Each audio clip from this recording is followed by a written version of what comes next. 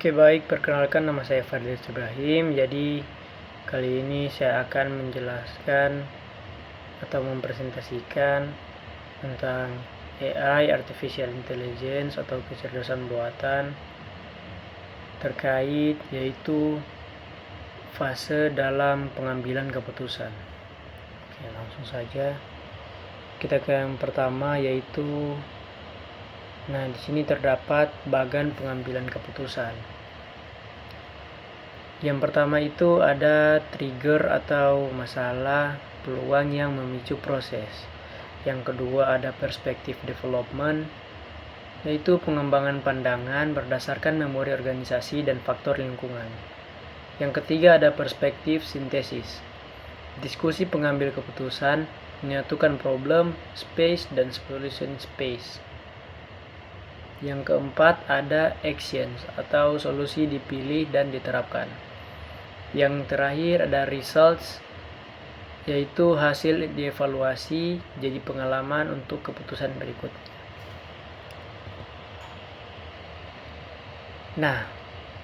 Di sini terdapat 3 fase dalam pengambilan keputusan. Yang pertama itu intelligent phase, design phase, dan yang ketiga itu choice phase. Intelligent phase yaitu mengidentifikasi dan memahami masalah. Kemudian design phase yaitu membuat serta menguji model solusi. Dan yang terakhir atau choice phase yaitu memilih alternatif terbaik untuk diterapkan. Jadi yang pertama itu kita akan identifikasi masalah terlebih dahulu. Masalah dapat dikenali melalui gejala, misalnya penurunan produktivitas atau penjualan. Penting untuk menganalisis data real agar tidak salah diagnosis. Proses identifikasi mencakup yang pertama yaitu menentukan ada atau tidaknya masalah. Yang kedua menyatakan masalah dengan jelas. Dan yang ketiga menetapkan lingkup masalah dalam kurung skala kecil, menengah, serta besar. Selanjutnya yaitu klasifikasi masalah. Masalah terprogram, jelas, rutin dengan solusi standar, contohnya pengaturan jadwal produksi. Kemudian yang kedua ada masalah tidak terprogram, baru, kompleks, tanpa solusi pasti, contohnya merger perusahaan. Yang ketiga adalah masalah semi terstruktur. Gabungan keduanya, sebagian dapat dianalisis secara rutin, sebagian perlu intuisi. Dan kemudian yang terakhir, tujuan klasifikasi, yaitu menentukan metode pemecahan yang sesuai.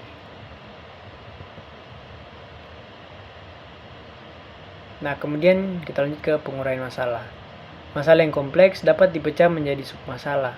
Keuntungan penguraian lebih mudah dianalisis, memperjelas hubungan antar komponen, memudahkan tim untuk fokus pada bagian spesifik. Kemudian contohnya itu masalah keuangan, sub masalah pada pemasukan, biaya operasional, dan investasi.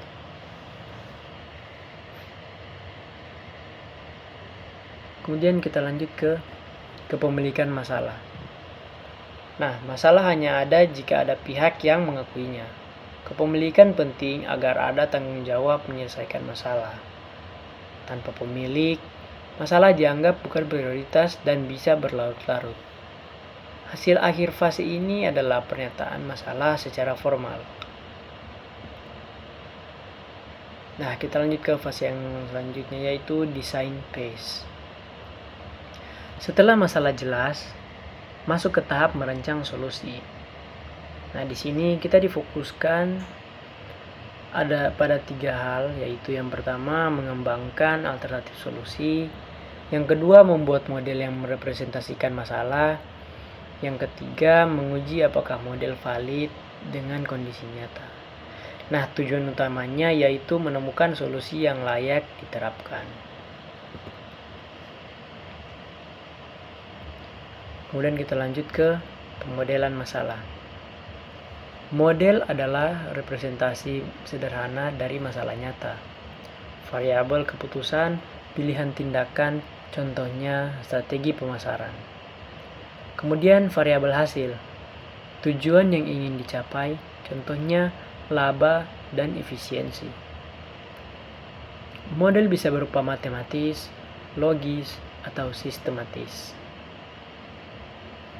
Model yang sederhana mudah dibuat tapi kurang akurat. Model kompleks lebih akurat tapi mahal dan lama.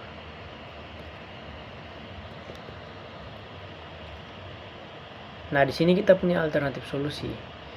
Jadi dari solusinya itu adalah dari model muncul beberapa alternatif solusi. Yang pertama, pertimbangan utama, biaya, sumber daya, waktu, dan tingkat keberhasilan. Tidak semua solusi layak, sehingga perlu diseleksi.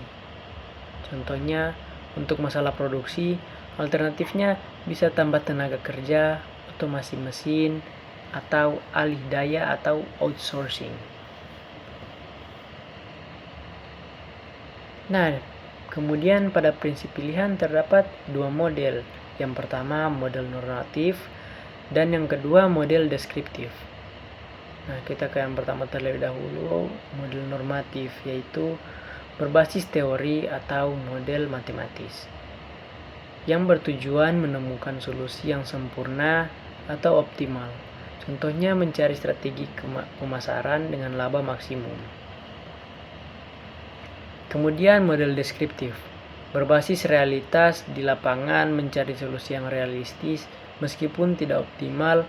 Contoh, memilih strategi pemasaran dengan laba cukup besar tapi risiko rendah. Optimalisasi. Nah, optimalisasi memilih alternatif terbaik dari semua pilihan. 3 pendekatan. Yang pertama, maksimalkan tujuan. Contoh, laba terbesar. Kemudian yang kedua adalah hasil atau biaya tertinggi. Contoh, ROI terbaik. Yang ketiga, biaya minimum dengan hasil yang masih layak. Nah, optimalisasi membantu memastikan sumber daya digunakan seefisien mungkin. Nah, di sini ada analisis deskriptif yang berfungsi untuk menggambarkan konsekuensi dari suatu alternatif. Biasanya berbentuk simulasi atau analisis. Bagaimana jika? Tidak selalu memberi solusi terbaik, tetapi cukup untuk memperkirakan dampak keputusan. Berguna jika kondisi lingkungan sangat dinamis atau penuh ketidakpastian. Nah, kemudian ada kelas model deskriptif. Contoh penerapan model deskriptif yaitu yang pertama, perencanaan keuangan jangka panjang. Yang kedua, analisis dampak lingkungan. Yang ketiga, forecasting teknologi masa depan. Dan yang keempat itu ada simulasi sistem antrian pelanggan. Umumnya dipakai untuk memprediksi dan menguji skenario berbeda sebelum keputusan nyata dibuat. Nah, di sini juga terdapat evaluasi alternatif, yang dimana setiap alternatif harus diuji efektivitasnya. Nah, di sini kita gunakan dua metode. Yang pertama, analisis sensitivitas, melihat ketahanan solusi terhadap perubahan kondisi. Yang kedua, analisis what if atau bagaimana jika. Mengevaluasi dampak jika parameter berubah. Contohnya, apa yang terjadi pada laba jika harga bahan baku naik 10%. Dan fase yang ketiga yaitu choice phase, atau fase pemilihan, yang dimana ini adalah tahap akhir pemilihan solusi. Alternatif yang paling memenuhi kriteria akan dipilih. Keputusan final biasanya melibatkan komitmen manajerial. Hasilnya, implementasi nyata dari solusi yang sudah dipilih. Nah, kesimpulannya, pengambilan keputusan manajerial merupakan proses sistematis yang terdiri dari 3 fase, yaitu intelligence, design, dan choice. Fase intelligence membantu mengenali dan mendefinisikan masalah secara jelas. Fase desain berfokus pada permodelan serta pengembangan alternatif solusi. Sedangkan phase choice menjadi tahap akhir dalam memilih dan menerapkan keputusan terbaik melalui prinsip pilihan, optimalisasi, analisis deskriptif, serta evaluasi alternatif. Keputusan yang dihasilkan dapat lebih rasional, efektif, dan dapat dipertanggungjawabkan, sehingga organisasi mampu menghadapi masalah sekaligus mempersiapkan diri menghadapi tantangan di masa depan. Mungkin itu saja untuk kali ini. Lebih dan kurangnya mohon dimaafkan. Sekian, terima kasih.